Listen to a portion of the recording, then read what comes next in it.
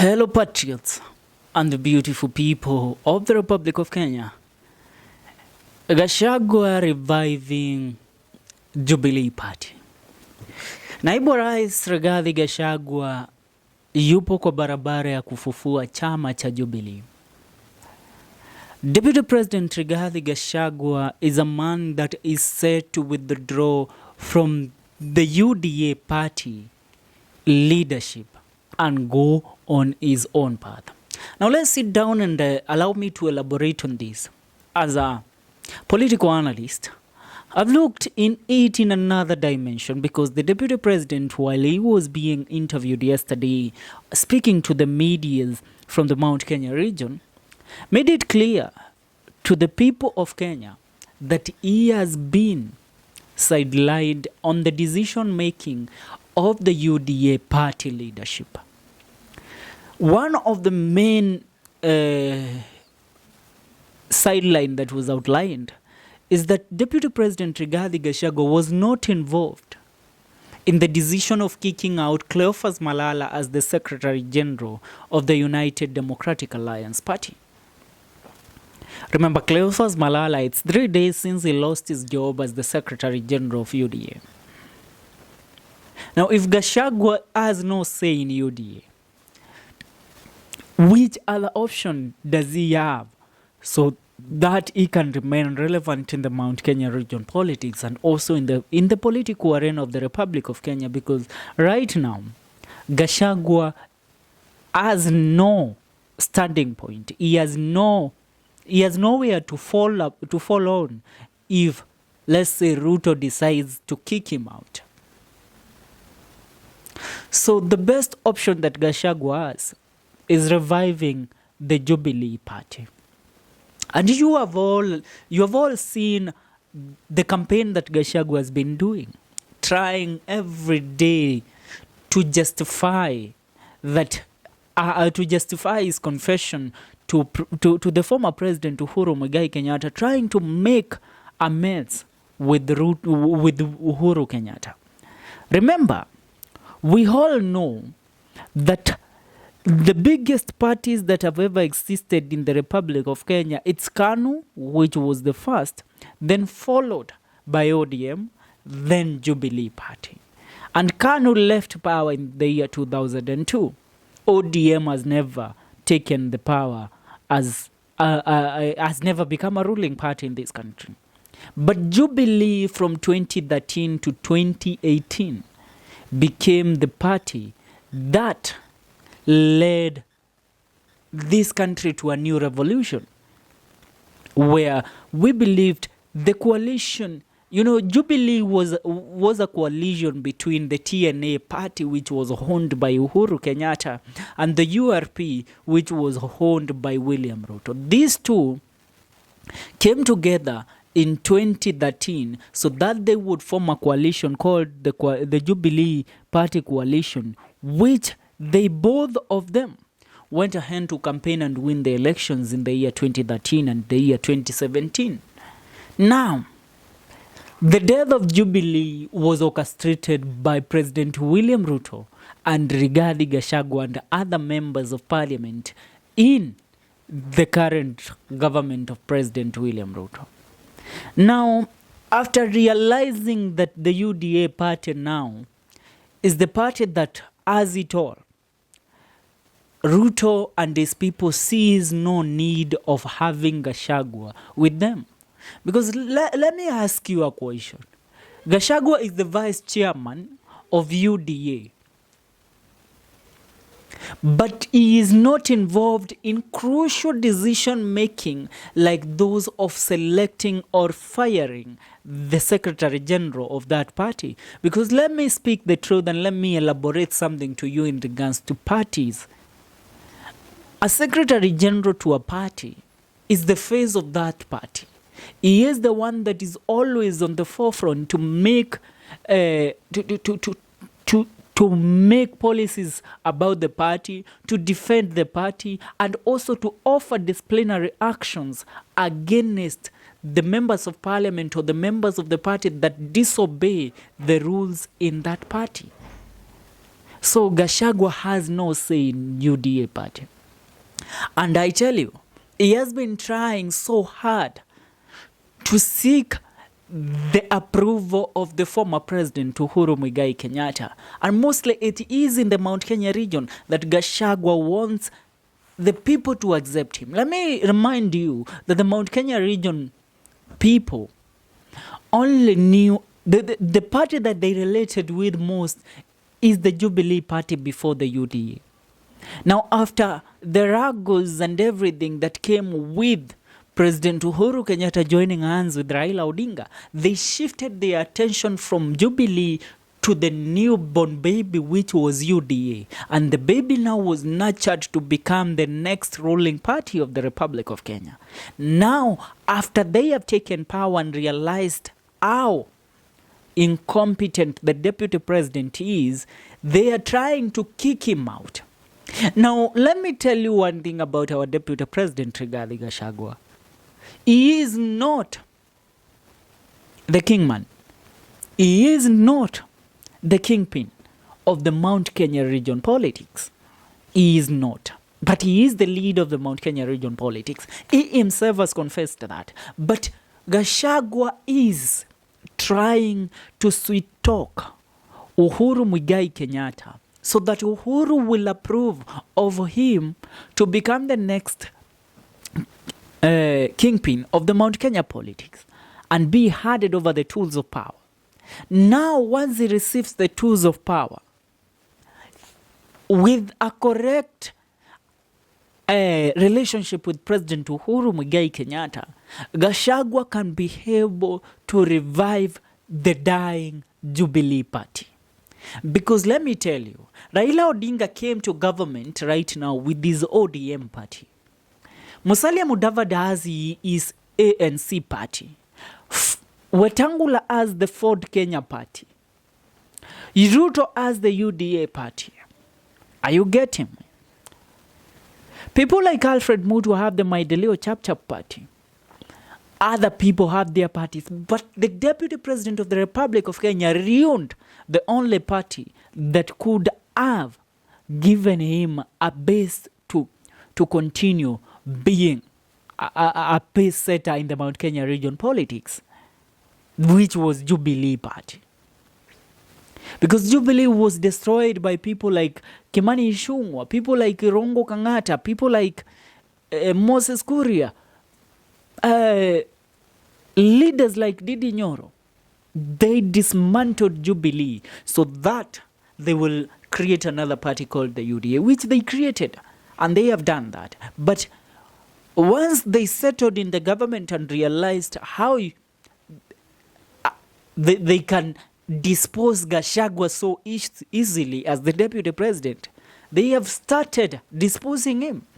Now, let me tell you the reason why. Even that decision of selecting, of firing and kicking out Cleophas Malala as the Secretary General of UDA was very crucial. Because they reappointed Omar as the former governor of Mombasa as the new Secretary General of UDA. Remember, this man was the Secretary General of UDA before he was given a role as a member of parliament in the East African Legislative Assembly, the EALA. Now, Ruto appointed him as the Secretary General of Jubilee, of UDA. And then, not only that, remember, he also appointed and nominated the former governor of Mombasa as a cabinet secretary. So what is Ruto's gameplay? Ruto is trying to solidify his bases, mostly in the coastal region. And not only that, firing Cleophas Malala could have had a very negative impact to Ruto in the Mulembe nation. But no, it doesn't happen that way. Ruto knows once Oparanya is absorbed into his cabinet, then Oparanya will have the convincing power to tell the people of the Western Kenya, Ruto is the best candidate. Same thing Joho and Omar will do. Same thing Raila Odinga, Opiyo Wandayi, and John Mbadi and the rest will do in the Nyanza region.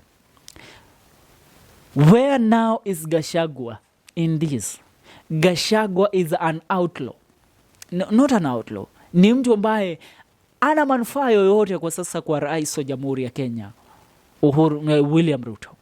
So kile ambacho Ruto anakifanya ni kumwonyesha Gachagua kiwazi, mimi sikuhitaji mzee. I don't need you. You and your Murima thing, go ahead and continue spreading your tribal politics. But I don't need you. That is what is being proven. And Gachagua has the guts to stand on a public podium and tell the public that, you know what, I didn't know about the option of firing Cleophas Malala as the Secretary General of Jubilee. I only came to know about it 1 hour later. He tells us that the meeting was held to fire Cleophas Malala, and then his people, his intelligence told him about the meeting late. When he went to the meeting where Cleophas Malala and the discussion of the UDA party was happening, he found out that the decision had already been made and the meeting had been dispersed about an hour earlier. Which means what? Which means they secluded Gachagua. They put him outside of their major discussions about the party. Now, what can this man do? He is by himself in Ruto's regime, in Ruto's government. The only thing that Gachagua can do right now is have a convincing power and convince the people, and not only the people, the former leaders of the Mount Kenya region. And that includes, and most importantly, Uhuru Muigai Kenyatta. He has to convince Uhuru Muigai Kenyatta to give him a chance to revive the Jubilee party. Now, the Jubilee party can become one of the biggest enemies to the UDA party if revived. You know, the Jubilee party has people like Jeremiah Kioni, the Secretary General, people like Sabina Chege and other leaders, and Uhuru Kenyatta, once he blesses Gachagua to take over Jubilee leadership as the chairman and give the others what they need, they come out with a united front against the UDA and President William Ruto's government. They will be able to push even Ruto out of that government. Now, you know, one thing with the politics of our nation is that we have so many parties. If you compare Kenya with the United States of America, the United States has the Democratic Party, the other one is the independent candidates who come to vie without a party. The other one, I think it's the Communist Party. Was it the Communist? I don't know. But there are two parties in the United States.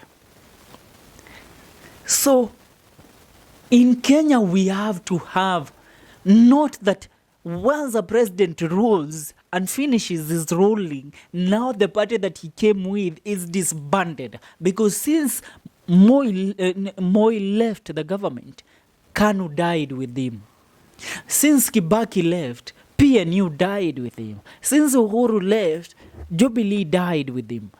Now, are we counting that we are also depending that once Ruto is out, also UDA is out? So the best thing is to revive Jubilee and make it a competing figure. Because we always have ODM, but ODM is considered the opposition party.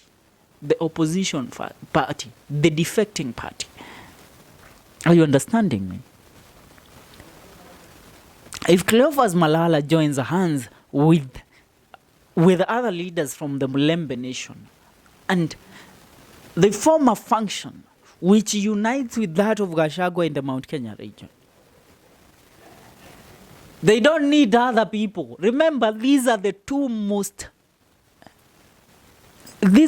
largest communities in Kenya, the Western and the Mount Kenya region. The Western, the Luya community is the second largest community in Kenya.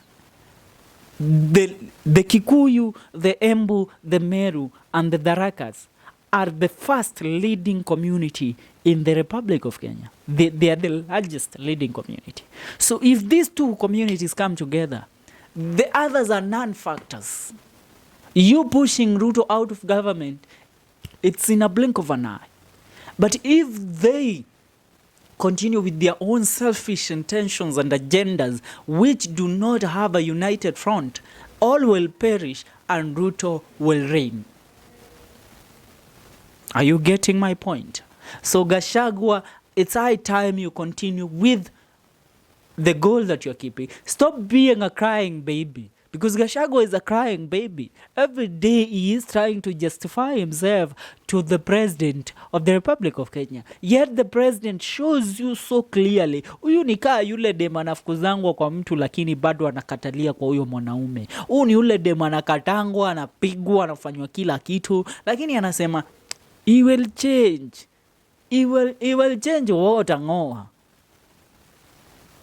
It's either you decide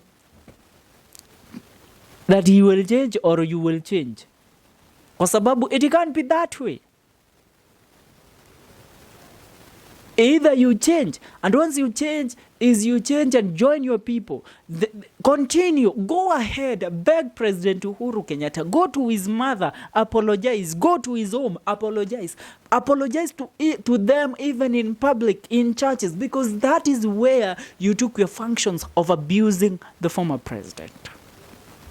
You were so yappy.